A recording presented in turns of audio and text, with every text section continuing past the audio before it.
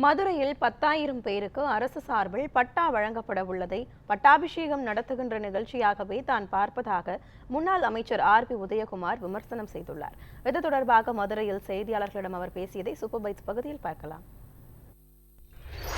ஒரு நிர்வாகத்திலே ஒரு நிகழ்ச்சி நடக்கிறது என்று சொன்னால் ஏற்கனவே உயரதிகாரிகள் அது குறித்து விவாதித்திருப்பார்கள் அல்லது அனுமதித்திருப்பார்கள் அல்லது உத்தரவு ஏதாவது பிறப்பித்திருப்பார்கள். அப்படியானால் அவர்களெல்லாம் இன்றைக்கு ஒட்டுமொத்தமாக தலைமை ஆசிரியர்களுக்கு பதவி சுமத்துவது என்று ஆசிரியர்கள் இன்றைக்கு கருத்து தெரிவித்திருக்கிறார்கள். இன்றைக்கு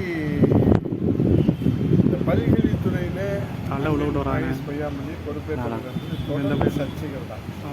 பல சர்ச்சைகள் ஏற்பட்டு கொண்டே இருக்கிறது. அது தேதி அறிவிக்கிறதும் திரும்ப வாபஸ் வாங்குவது, மாற்று தேதி அறிவிப்பது, அதுபோல் உத்தரவு பிறப்பிப்பது, அதை திரும்ப பின்வாங்குவது.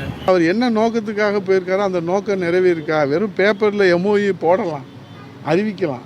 வெறும் காகிதத்தில் MOU வச்சுக்கிட்டு எந்த அளவுக்கு? இப்போ நாங்கள் என்ன கேட்குறோம், ஒரே ஒரு கேள்வி.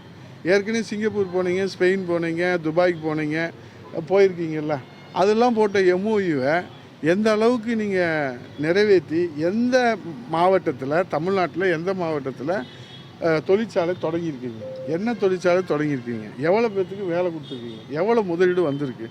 இதை மாண்புமிகு முதலமைச்சர் அமெரிக்காவிலிருந்து விளக்கம் சொல்ல முன் வருவாரா?